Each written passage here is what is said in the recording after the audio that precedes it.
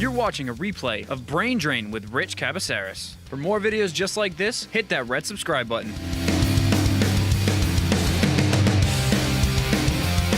Good morning, you're listening to Brain Drain. I'm Rich Cabeceiras. You're listening to me live on 1480 WSAR. You can go to WSAR.com on the Spindle City Auto Glass Studio Cam and watch me live. You can call in and join the conversation at 508-673-1480. You can watch me on Facebook Live, because I think that's working right now. If not, then we're going to fix it. That being said, you can also join the conversation by going to Brain Drain with Rich Cabeceiras Facebook page. And guess what? Send me a private message on that page. We'll talk about it here on the air. And we got a bunch of issues that are coming up. It's really, really interesting what's happening here in the national, the world stage. And part of the reason is because of some of the diplomatic relations of the Trump administration. So, again, I'm going to propose this as neutral as I possibly can, and you decide, you call in, you let me know what you think, let me know if this is benefiting the world, if this is benefiting our country. So, Donald Trump intends to declare Jerusalem the capital of Israel. And if you know anything about what's happening in Israel, it's kind of a hotbed. People are fighting because of the fact that they believe it's two different holy lands in one. So he's been warned by multiple people that it will interrupt the peace process between Jerusalem and Palestine. But they're saying that this statement might be released in the next 6 months. And the State Department the United States State Department's family and employees are not allowed to go to parts of Jerusalem because they're worried about certain actions that could be pushed against them. So the question becomes, what is the right thing to do? Do you think that it's potentially concerning that this could all blow up in our face? This could all be the kind of thing that might result in a war. And do you believe that maybe the Trump administration's goal in spending a lot of money on defense was to push and provoke people to go into war that we disagree with? I don't know. It's a question that I propose to you. We're also going to talk about the Senate proposed tax plan. And according to Business Insider, they're saying that people who make less than $60,000 should save around 20% in tax cuts. And people who make under $175,000 a year should save around 13% of income taxes. So I want to hear your points. Do you think that that's a good thing? Do you think that that's right? Because, again, this is according to Business Insider. Do you think that that's proper information? And the last thing is we need to talk about education. We have to talk about education because education is vital for the success of our community. You know, we're talking about a couple of things. And one thing that a person who wrote in a Facebook wanted to point out, that the tax cut, Rich, is that people that make $60,000 or $60,000 and below get that tax cut. So it's actually interesting because there was an analysis that was done, and if you understand if you're questioning on how taxes actually work, it's a graduated system, meaning that for the first $10,000 or $15,000 of your money, you pay a certain taxes. Then the other bracket, you continue to share. So yeah, it's the type of thing where if you make $75,000, you pay a certain percentage for the first 15, you pay a certain percentage for the first 30, and then you go from there, or 15 to 30 and so on. So you end up with an average tax rate. And basically what they did is they just adapted that. So, of course, if you make $175,000 or less, $100,000 and less, your income tax cut is going to go up or down depending. I know that sounds very confusing, but the tax system is very confusing, and that's why people make tons and tons of money as accountants in order to be able to do that job.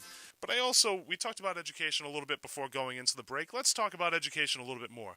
We know that we're building a new Durfee High School, and I had a profound conversation with somebody yesterday, and they were saying, having a great school is only part of it. We also have to make sure that the process is in place. So having a great school is great, but if kids still can't get access to the teachers because of classroom sizes, if kids still can't get access to education because of the lack of technology, then we may be in a situation that kids can't get the education that they need in order to be able to thrive. And, one of the other things, and I think this is an important question to ask people, what do you think is more important? Do you think public safety is more important? Do you think economic development is more important? Or do you think education? So out of those three things, education, public safety, economic development, which do you think is more important? And tell me why. Do you think it's more important that you have the ability to walk down the street safely, and that if you own a business, you know you're not going to get robbed? And if you live in your house, you know that it's not going to be broken into, and you're not going to be held hostage, and you're not going to get murdered out in the streets? Or do you think that it's more important that business thrives? And you also have to consider that in the event that public safety is prioritized above anything else, businesses may go down and education may go down. So again, which do you think is more important? So then we go to the economic development side. Do you think that it's more important that businesses grow and thrive? And do you think that it's the type of thing where it's on an upward trajectory and stays on that upward trajectory? And because of that, everything else is solved? Meanwhile, the streets aren't safe, and meanwhile, kids aren't getting an education? Or do you think it's education? Education where you can come to a city and you have the ability to get the best education possible. But if you're walking down the street, you might not necessarily be safe. And if you start a business, you might not necessarily succeed. So that's a question to you out there in the listening world. If you want to call in and join the conversation, you can call in at 508-673-1480. What do you think is more important? Education? Public safety? Economic development? And it's a very difficult question. And I already gave how I felt a few months ago, but I think it's important to understand how you feel, because again, the people who are surrounding you, the people who are making decisions for you, listen to this. They want to hear your opinion. They want to hear you call in. They want to hear what you have to say. And the reason is because their decisions are based on a lot of what they hear on the radio shows.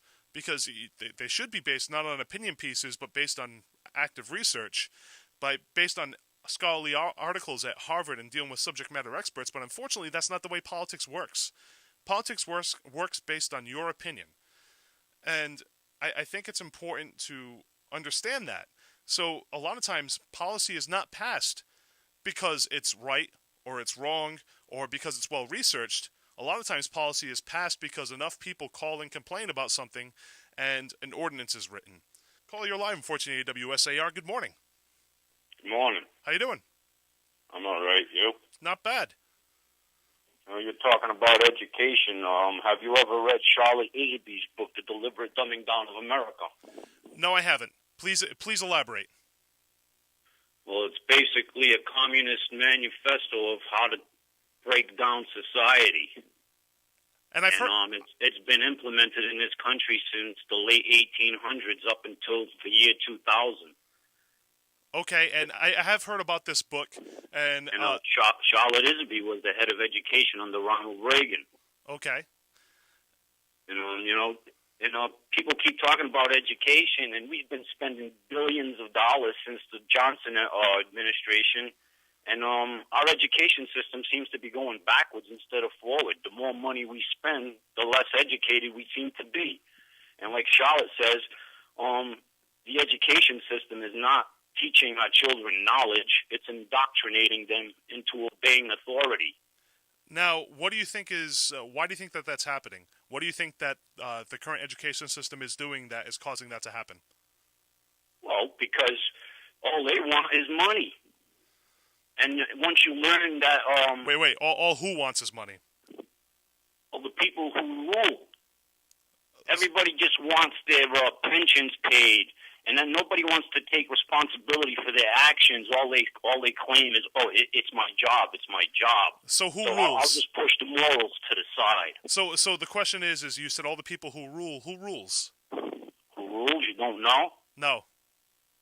Well, follow the money. Like Jesse Ventura always says, follow the money. Right, but I'm asking a question, and you're saying that people rule. So who rules? And Well, who rules? Have you done any studies on the secret societies? well, so you're saying secret societies rule? Well, I'm asking you. So have I done any studies on the secret societies? I've read about secret societies, but I don't think that they actually rule. You don't. So guys like David Rockefeller, who pens works such as he'd like to thank all the major medias around the country for keeping their discretion for not writing about them while they have their secret meetings. That doesn't mean anything to you whatsoever. You know, caller, it's one of these things where, just like a lot of things that are out there, it seems more like a conspiracy theory. Sure, people with tons and tons of money have a lot of influence. That's the way it is. That's the way it is. All of the people who have all the money aren't they the ones that have all the corporations that we have to go and ask and beg for their jobs? Well, no. Isn't the corporation like Amazon and Stop and Shop? Now, think about this. Like, in the early 1900s, I read a book about the unions in the early 1900s, how they, to get the unions started, thousands and thousands of them died fighting the police and the corporations. And this happened right here in Massachusetts. This book was written by a union carpenter, David Ehrlich, I believe his name, or Mark Ehrlich. Forgive me, from Mark Ehrlich. With Our Hands, the name of the book is. So, caller, before you continue, we have to go to the next caller. I appreciate the call. I really, really do. I hope that you continue in calling because I think it's important to hear I would say the conspiracy theory side of. Well, why do you call it a conspiracy if you haven't read about it? Well, no, I have read about. Secret societies and stuff like that. What I would say is that this is the same kind of jargon that you would see on something like YouTube. So here's the thing. I could go out tomorrow, I could record a YouTube video. I could go out tomorrow and I could write a book. And people could buy that book depending on how outlandish it actually is. The question is it coming from valid sources? And the question is who knows? And a lot of times people pick up a book and they say because it's in writing, it must be true. So caller, I appreciate your call. I hope that you call back tomorrow because I really find your point of view interesting. Have a great day. Call you live in 1480 WSAR. Good morning. Hey, good morning. How you doing? You ask a very interesting question. So let me put it this way. If I want to be part of public safety, if I want to be a police officer or a firefighter or an EMT, I have to go and learn how to do this. So someone teaches me this. Okay. If I want to be a police officer, I have to go to training, and someone tells me how to do this. Okay. If I want to be a musician, I usually take music lessons. If I want to become a businessman, I usually learn something at seminars. So every time I turn around, I'm being educated. So what is the most important part? Well, so I would seem to go with the side that education is the way to go, because you are learning all the time, lifelong learning. Now so you're responding. Education is with me all my life. And just to clarify, you're responding to the question: what do you think is more important? Do you think education, public safety, or economic development is more important? That is correct. In the growth of a city, and you believe it's education. Well, I'm just explaining to you how it works. Right. And if you're not educated, I don't know what you're going to do. Now, there is a difference between educated and intelligent, correct? Absolutely. Okay. Absolutely. So, and I want to make sure that we explain the difference between the two. Educated means that you have gone to certain levels of school and you've attained certain degrees or certain diplomas. Intelligent means that you're smarter, or you have a certain amount of knowledge, or I don't want to use intelligence again, but you're maybe smarter or not as smart as somebody who is. It's a relative thing to somebody who is a peer of yours, correct? I thought intelligence was intelligence is that which is tested. I would say intelligent. Yeah, I guess you could say that, because realistically, how do you measure emotional intelligence? How do you measure IQ? There you go. It's through testing. But I think also you could. There's the unmeasurable street smarts, right? I guess you could call that intelligence as well. Without a doubt, some people have those kind of knacks. Right. Caller. You know, but when you put it toward what's the most important thing, I'm saying the one thing that is certainly involved in everything is education. Fair enough. Okay, have a good day. Thank you, caller. Good morning, caller. How you doing? You're on Brain Drain. Well, good morning, sir. How's your day going today? So far so good. Good. Maybe I shouldn't go out and jinx it. Maybe you're jinxing it right now by calling it a brain drain. Students, you're going to have days in your life, if you knew what was coming, you would have pulled the covers over your head in the morning. But moving on, your comments about Jerusalem, I think you're right on. Trump has spending more on military because he's trying to gin up these fights. Well, caller, just to clarify, I haven't Please. taken a position on Jerusalem yet. No, I'm not talking about just Jerusalem. I'm talking about the whole picture. Okay. Where he is, whether it's Iran, North Korea, this Jerusalem issue, except for Israel, nobody's with us, including NATO. So are we happy to weaken our power? I think Trump serves as Russian master as well. He is weakening us in the eyes of the world, and as a consequence, Russia will be empowered. And if we're happy with that, well, I call it treason, but if we're happy with that. Now, here's the question. Do you please. think that Russia is in the economic state to take power or become the superpower of the world in the event that the United States collapses? I don't believe that to be the case. Well, I do believe it to be the case. Okay.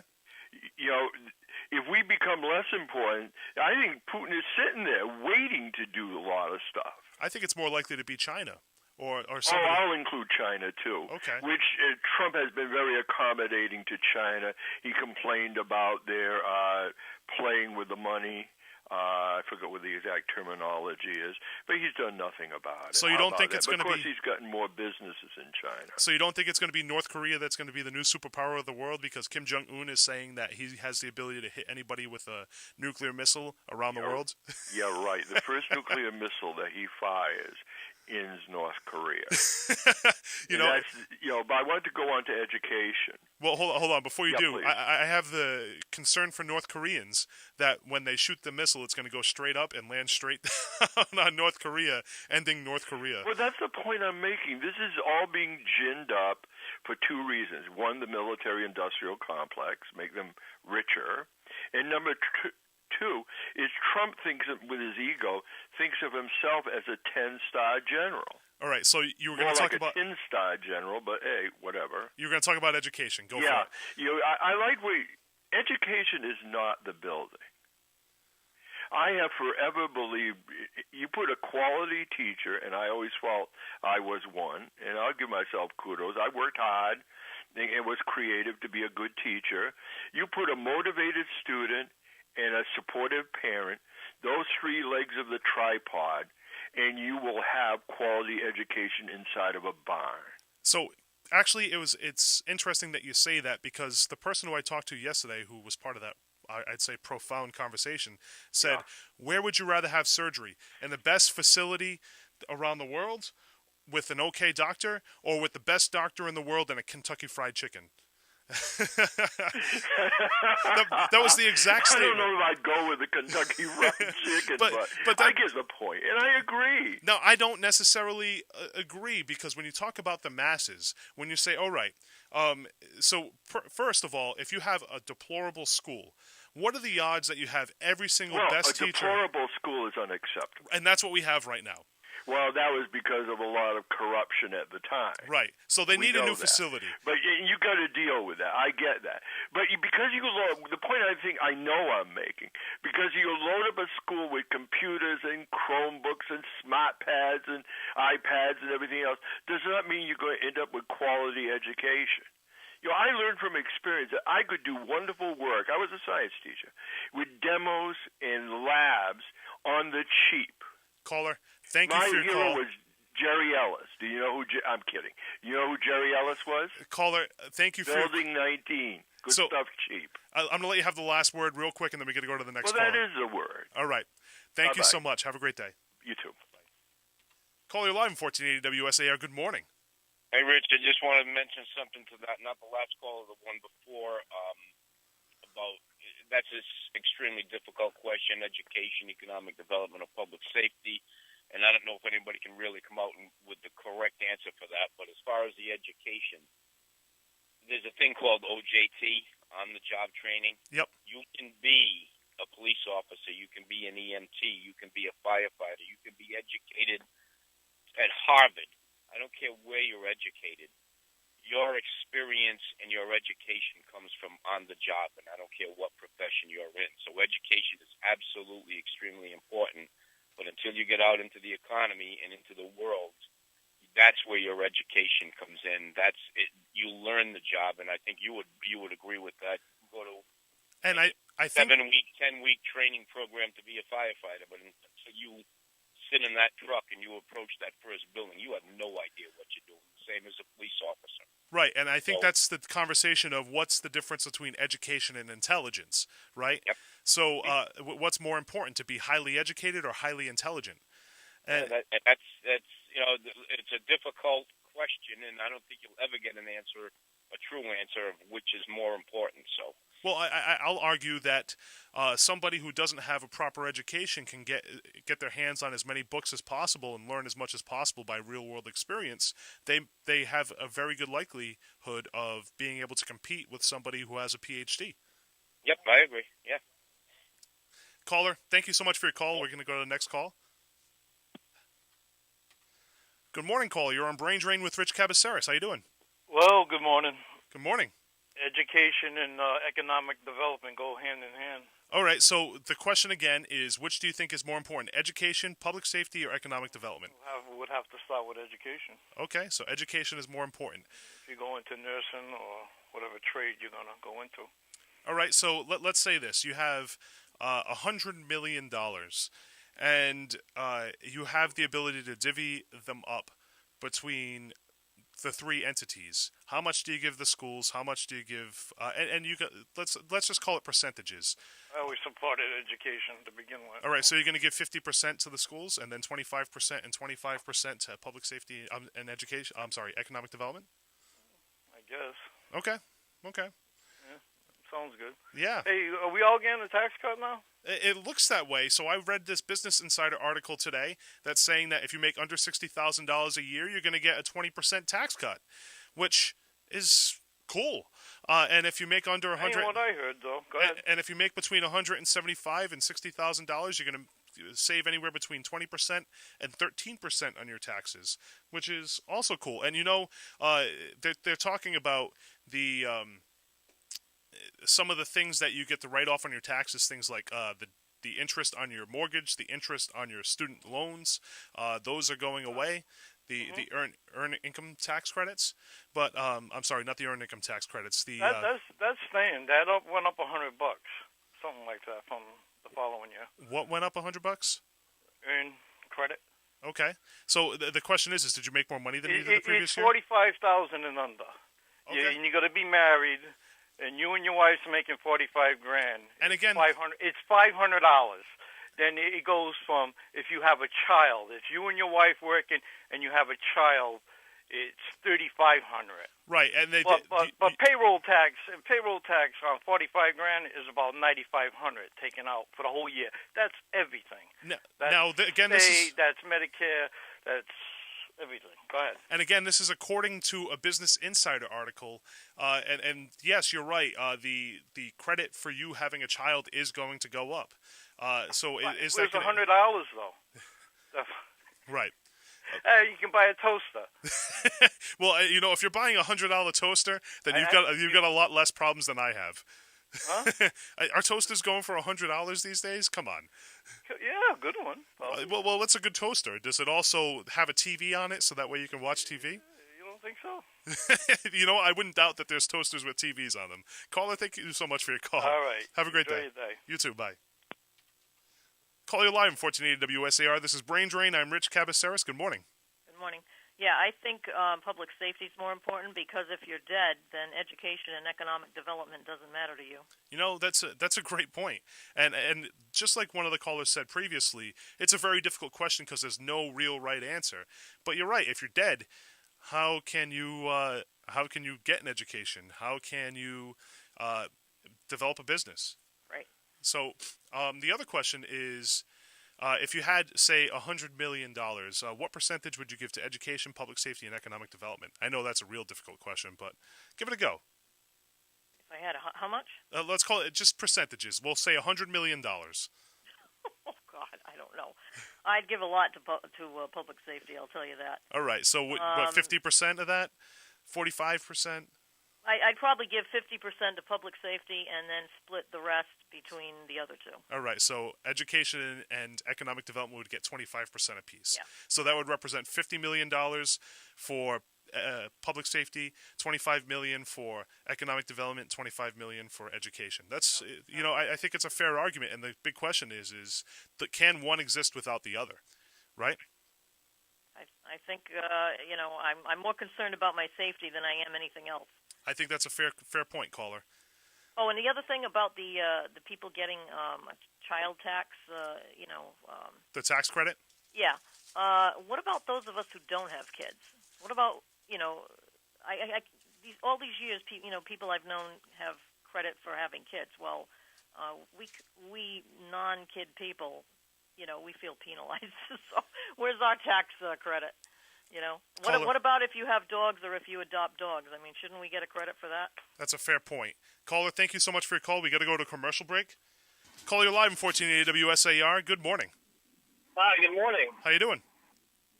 Pretty good. How about yourself? Not bad, not bad. So what say you, caller? I wanted to call in. I think economic development is really the most important thing for Fall River. Public safety is very important, and I think they're all important.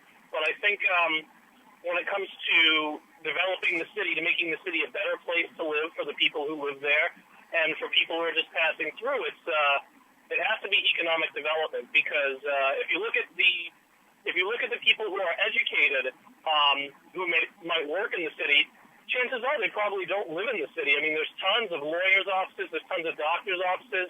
I don't think most of those people live in Fall River. There's a good chance they probably live in Swansea or Dartmouth, surrounding areas. I don't think they live in Fall River. So we can educate the students who live in Fall River as much as they want. And once they become educated, chances are they're not going to stay in Fall River. I mean, it's the name of your program. It's the brain drain. Right. And I don't know what the solution to that is necessarily, how we can stimulate economic development, but, public safety is important too, of course. You want to feel safe in your neighborhood. But I think bringing jobs, it doesn't matter how well your child does in school if they're getting all A's, if they don't have food on their table at the end of the night, or, if one of their parents sells drugs to get by, or so on and so forth. I mean, education is important, but it doesn't fix the problem of poverty in the city. Now, caller, do you feel that if you're a town, economic development still trumps education and public safety? Ultimately, yes, because I don't think you can have public safety if you live in a slum, and I don't think the education matters because if there's no jobs, you're not going to stick around. Caller, thank you so much for your points.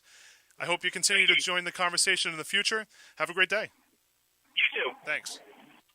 Caller, you're live in 1480 I can't even speak today. You're live in 1480 WSAR. Good morning. It's all right. We've all been there, done that, got the T-shirt. I'm good. How you doing? I'm doing great. And just like you, people can call in and join the conversation at 508-673-1480. Now I'm just testing myself. Go ahead, caller.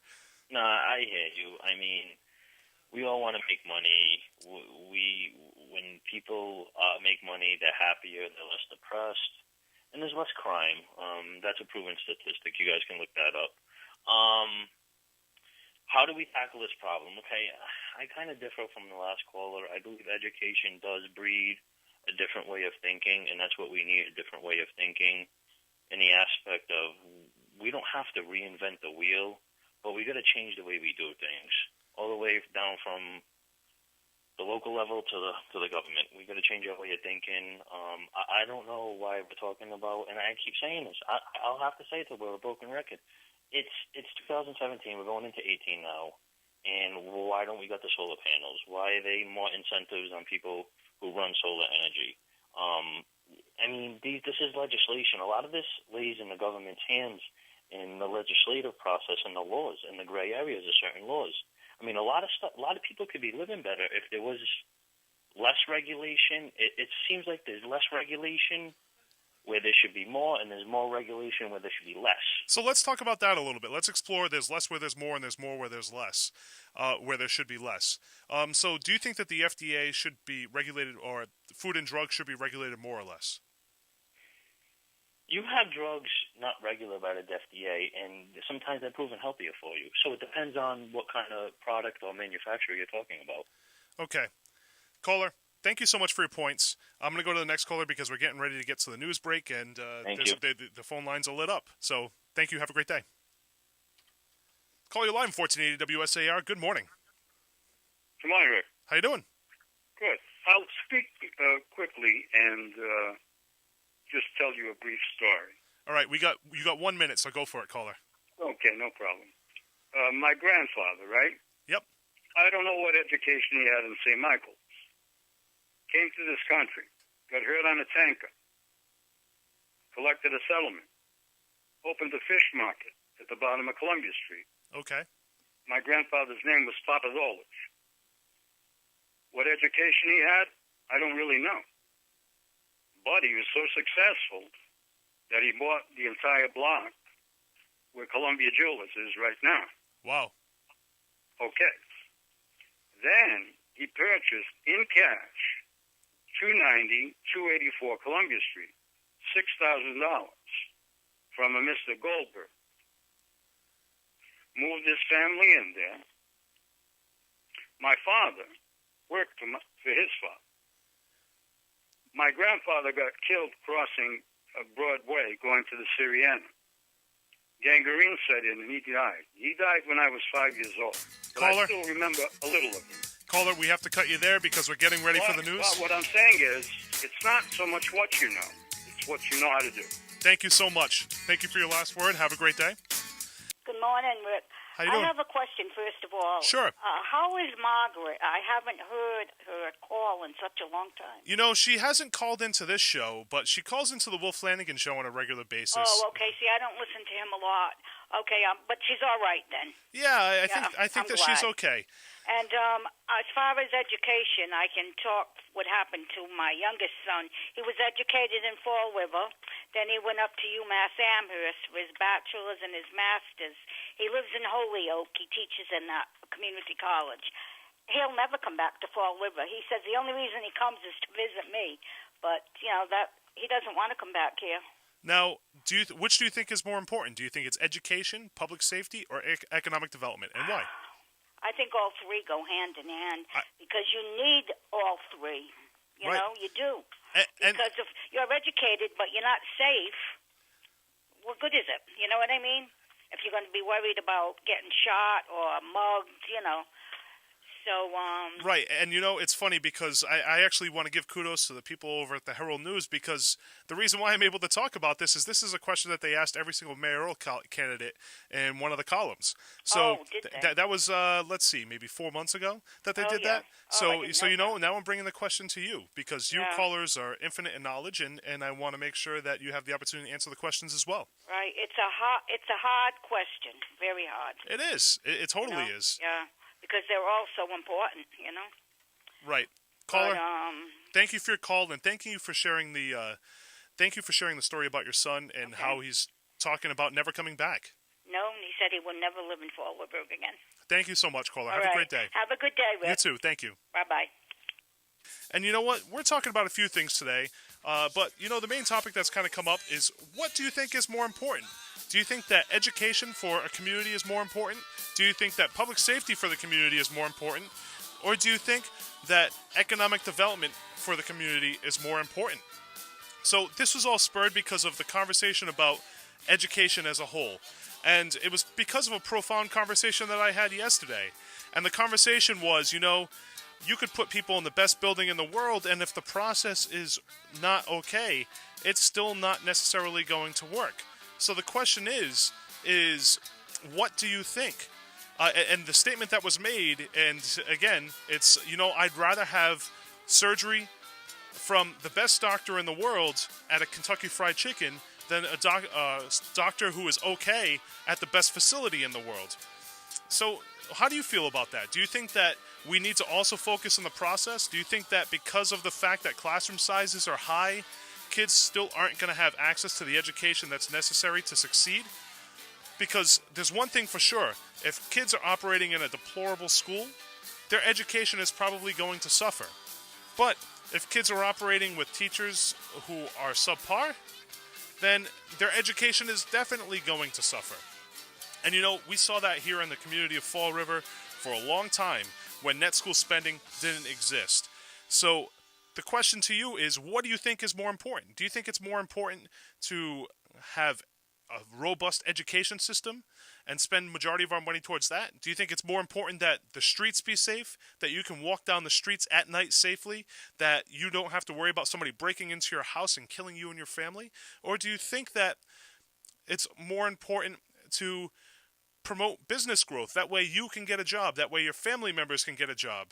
And tell us why. Tell us why you feel this way. But also, kind of in the national scale and the world scale, there are reports right now in the New York Times that Donald Trump intends to declare Jerusalem as the capital of Israel. And this is potentially an international incident because he's been warned by multiple people, multiple leaders, that this may interrupt the peace process between Palestine and Jerusalem. And the State Department is saying that they're going to announce this at some point in time within 6 months. But they've also made sure that family and employees of the State Department are not allowed to go to certain places in Jerusalem because they're in fear that there may be kidnappings or killings or something along this line as a backlash for this decision from Donald Trump. So what do you think, callers? Do you think that Jerusalem should be the place where the United States places their embassy, even if it causes an international incident, even if the entire Middle East goes in an uproar because of it?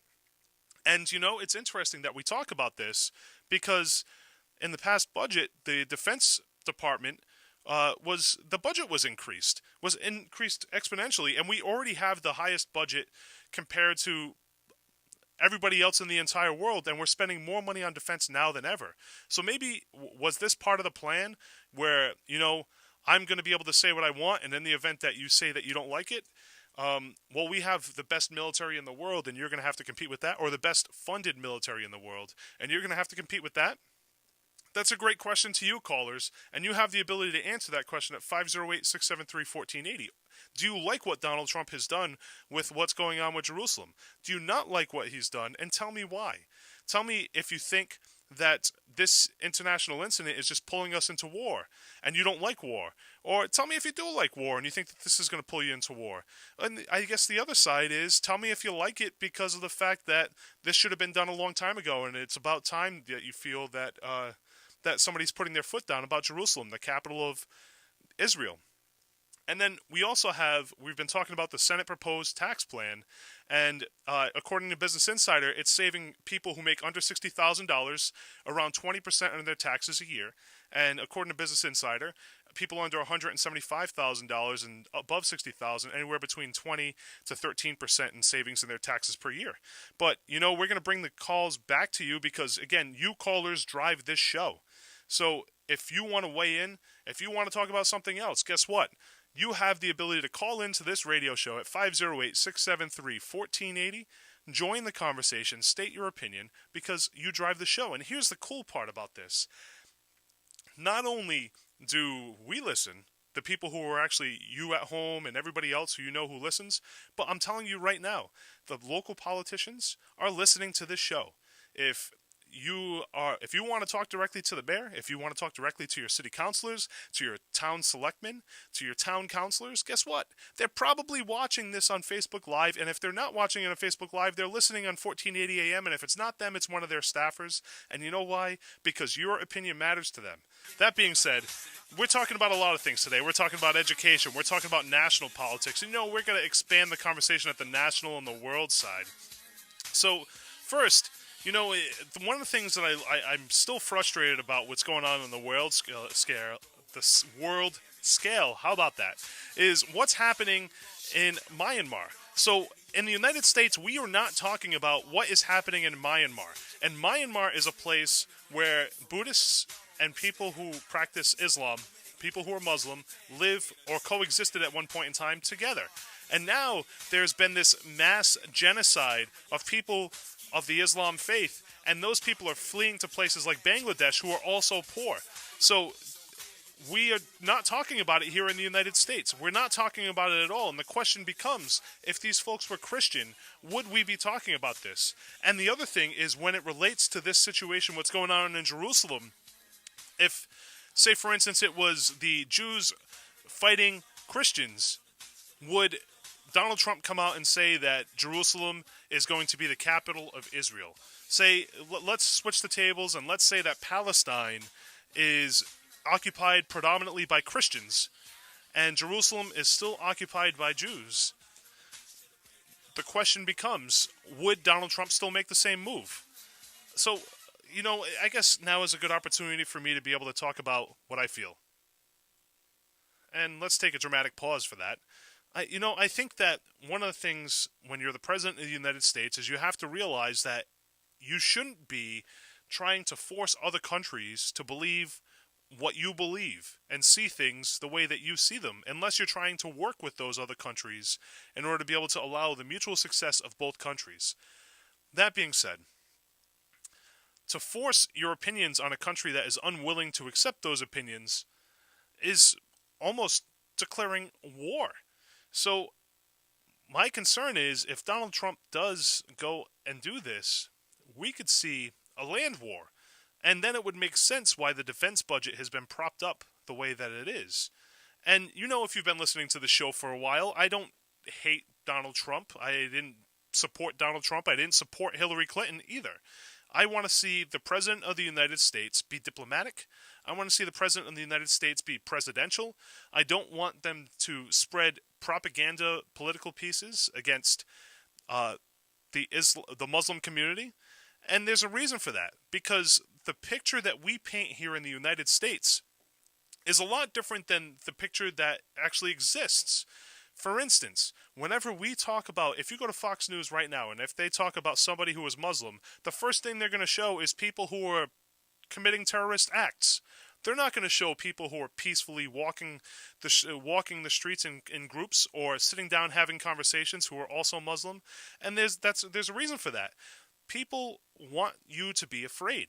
They want you to be afraid of something that you don't understand, because odds are people who are afraid of Islam and people who are Muslim is because of the fact that, guess what? You might not know many people who practice Islam, who live the Muslim way of life. And it's interesting because a lot of the propaganda comes out of this misinformation. So, what do you think that people in North Korea are purporting Americans to be? You know what? They might be turning on Jersey Shore and saying, hey, every single American is like Jersey Shore. Or every single American is like one of these reality shows that people go off the wall. Or every single American is like a KKK rally. So they could be generalizing us in places like North Korea, in places like China, in places like Russia, in places in the Middle East. And they're doing the same thing to us that we're doing to them. Now, how about we just all get along? How about we work harder to be able to come together, understand cultures that we don't necessarily understand, and you know what? Maybe we'll realize that everybody is just trying to live in peace and harmony. Of course there are radical groups. There are radical Muslims, just like there are radical Christians, just like there are radical Jews, and there's radical every other religion out there. The question becomes, what do you think? Do you think that we should completely segregate an entire population of people who practice a religious faith because of 1% of that population or 2% of that population or even less or more? I don't think that's the case. So, for instance, we'll take Buddhists. Buddhists who people see as very, very peaceful people, right? In the United States, if you ask people who Buddhists are, they'll say, oh, they're very peaceful people. Well, you know what? I was talking about Myanmar earlier. Buddhists are the ones killing the people who are Muslim. It's Buddhists. Mass genocide. Pushing Muslims out of the country. So, you know, it's one of these things where we have this perception in our heads of certain things, but it might not necessarily be the case, and really what it takes is for you and for the people to kind of go outside of your comfort zone, meet people in places, go to a mosque and see what's practiced, ask to be invited, go and take the opportunity to read the Quran, read the Old Testament or the Torah, and, you know, read the different religious books, and understand why people believe the way they believe. And I think if we do that, so for instance, the Pope went over to Myanmar to pray for peace, to promote peace. And you know what? The Pope is neither Buddhist, and the Pope is neither Buddhist or Muslim. So the question becomes, if he's able to do it and he's trying to bridge the gap for peace, why can't we do that? Instead, it seems like what we do is we prey on what's happening negative in society, what negative things are happening out there, and that is concerning. The reason why that's concerning is somebody who's in the president of the United States understands that they win an election based on your votes, and what better way to get your attention than to talk about negativity? So this past presidential election, this past mayoral race here in the city of Fall River, this past city council race, and I'm sure it's happening all over the towns too. I know it's happening in major cities. People are getting elected because of the fact that they're talking about the negative things as opposed to what positive things they can do for the community. And you know, it's a good opportunity to go back to JFK. Ask not what your country can do for you, ask what you can do for your country. We're going to go back to the calls. Call you live in 1480 WSAR. Good morning. Good morning. I have a little article I saw on the internet. It's not very well developed, but December 12th, there's supposed to be a World Day of people saying the Rosary. And the reason for this is to try and stop the spread of Islam and jihad. We're not talking Muslims now. We're talking the anti-Christian and the violence, and that's what I understand the jihad to be. And they're asking for people all to pray the Rosary on December 12th. I haven't seen an in-depth covering of this anywhere else. I looked, but I couldn't find any more information. So I wonder if anyone else has read up on this. So, caller first, Islam, the people who practice Islam are Muslims, so they're one and the same. Now, the thing is, people have used the words in the Quran in order to be able to justify mass killings. And they've used the word jihad in order to be able to do that. But to put it to a Christian context, that'd be like somebody who is practicing the Christian faith going around and saying, well, in the Old Testament, they killed in order to be able to get the Promised Land, and they killed in order to be able to keep the Holy Land, and it was okay according to Yahweh. So that means that in this case, I have the ability to kill anybody who isn't practicing Christianity. Now, the one thing that I can say is praying against radical people who practice any religion. The radicals, I think that's important. I think we need to pray. Yeah, I think that's the main message here. Not against any one group, but I think they just happen to use the word jihad and Islam because so much of what we've heard coming out of, well, you were in Iraq, and you must have heard this too, that they want to annihilate the West, get rid of everything that's in the West. And doesn't that go back to the times of the Crusades even? So, you know, it's funny because one of the things that I had the opportunity to do, so the jargon that's put out by the government and the military, it's very, so for instance, we didn't even really know who the active terrorist group who was attacking us was while I was there in 2006 and 2007. So it's funny because we talk in the military about a lot of contradictions, and one of them was military intelligence. We called it a contradiction because there wasn't necessarily accurate information that was coming out to us. That being said, what I did while I was overseas is I took the opportunity to read the Quran. And you know what? It reads very similarly to any other religious book. And it promotes peace. And the average person who practices Islam is peaceful. So I hear you, caller, but it's one of these things where people who are practicing Islam are not trying to wipe everybody else off the face of the earth. They are trying to convert people to their religion, but so are people from Christian groups, right? Now, am I correct or incorrect? When you see the word jihad, isn't that a negative? No. So actually what happens is people who are called jihadists are using the word jihad in the Quran as a negative. But realistically, jihad is very similar to what happened when the Jews are traveling around the desert trying to find the Holy Land. It's kind of written pretty much it looks the same way. So the thing is somebody who is a jihadist is using the word jihad to justify their killings, when realistically that's not what it's meant to do. At least that's not what the scholars who practice Islam are saying that it's meant to do. Well, I'd like to hear if anybody else has read anything more about this Rosary Day on December 12th. I'm just curious what more information there is about it. Caller, thank you so much for your call. Have a great day. Call you live on 1480 WSAR. Thank you for calling 508-673-1480. Good morning. Good morning. I had a quick comment you made about Donald Trump and making his decision to move the embassy in Israel. Okay. And I'm just wondering if that could be a calculated risk. Like, I'll keep this very short, but I believe Trump backing Moore, running for Senate in Alabama, I think it's like a calculated risk he's taking. He's afraid of something that's coming down the road, and he's going to need every vote if the investigation turns up something. And this sounds a little crazy, but I'm wondering if he's making this decision to move the embassy is like coming out of nowhere in the past couple of days, and it's such a very bold move that's going to cause so much controversy. And I'm just wondering if that's some sort of move he's thinking to try and distract the public from all that's going on domestically. Now, what do you think he's trying to distract people from? I think it's a fair point. What do you think he's trying to distract people from? Just all of the negativity that's going on, the investigations into Russia, some of his former coworkers who recently been placed under investigation, or they're cooperating with the investigation, and just a whole bunch of other things. And it just seems, especially this move with Israel, just seems so crazy. So I don't like to believe in theories like that. As far as I don't know, just it sounds very odd, but I truly believe there's something more to this. It's all of a sudden. I think that's a fair opinion.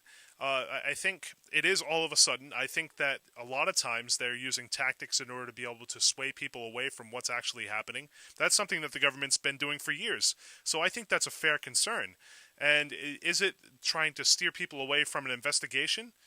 I don't know. I think part of it might be because he likes to grab headlines, because he realizes that the way that you get elected is by being in the news and having people kind of viewing you. Because even if there's that old theory that there's no such thing as bad news, and maybe he's prescribing to that. What do you think, caller?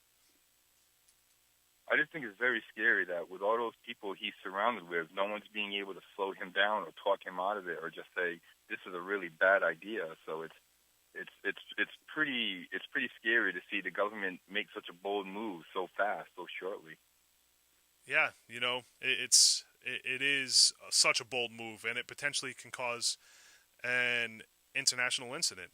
So we really, really need to just keep our eye on this. And, this is a perfect opportunity for you to start lobbying your congressmen, your senators, and, even email the President of the United States. Who knows if it will actually be read, but, this is something that could cause war. And if you have family or friends or anybody else that you know who are in the military, they run the potential of being dragged into a war because of poor diplomatic skills. What do you think? Well, and then if something does break out, he takes that line that the second President Bush did and goes, well, now I'm a wartime president and we don't have time to look at these other issues or deal with anything else. You have to support me because now war is breaking out, or even something remotely threatening. He's going to take that line where you can't disagree with me. You have to be patriotic and stand with me. That sounds very similar to what was happening in 2001, huh? Absolutely. Caller, thank you so much for your call. I really appreciate your opinion. Have a great day. Thanks. Have a good day. You too. Caller, you're live in 1480 WSAR. Yeah, morning. How you doing? Pretty good. Well, let's see. In the Middle East situation in 1947, the UN gave Israel territory that they could use to become a nation. At the same time, they gave the Palestinians territory in which they could use to make a nation. In fact, if I recall right, I don't have a map in front of me, but if I recall right, the territory that they gave the Palestinians was adjacent to Jordan and was larger than the territory that they gave to Israel. Okay. Muslim nations, Arab nations, rejected that, and they immediately invaded Israel with 4 armies. If I recall, it was Egypt, Jordan, Syria, and Iraq. And all 4 of those Arab nations had established militaries. They'd been trained by the British. Some of the armies were led by British officers, and they tried to destroy Israel in that 1947-48 war. Okay. Israel prevailed, maintained themselves as a nation, and then 3 other times in history, the Arabs again tried to destroy Israel by invading Israel. Well, here's a fun fact, caller. So I had the opportunity to be in Saddam's palace, and there's this mural of rockets, and somebody pointed out to me that those rockets are pointed towards Israel. So even in Saddam's palace, they had this mural of rockets pointing towards Israel. Yeah, that's true. And in addition to those major wars, there was all the Palestinian terrorist attacks on Israel. I don't know how many thousands of people have been killed through the years.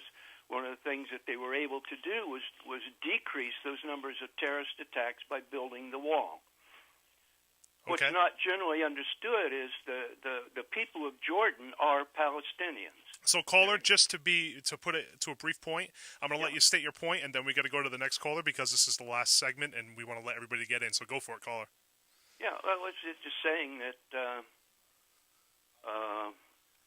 I lost my point when you asked me that. I'm sorry about that, caller. You know what? Stay tuned. Thank you for the information about 1947 and the multiple terrorist attacks.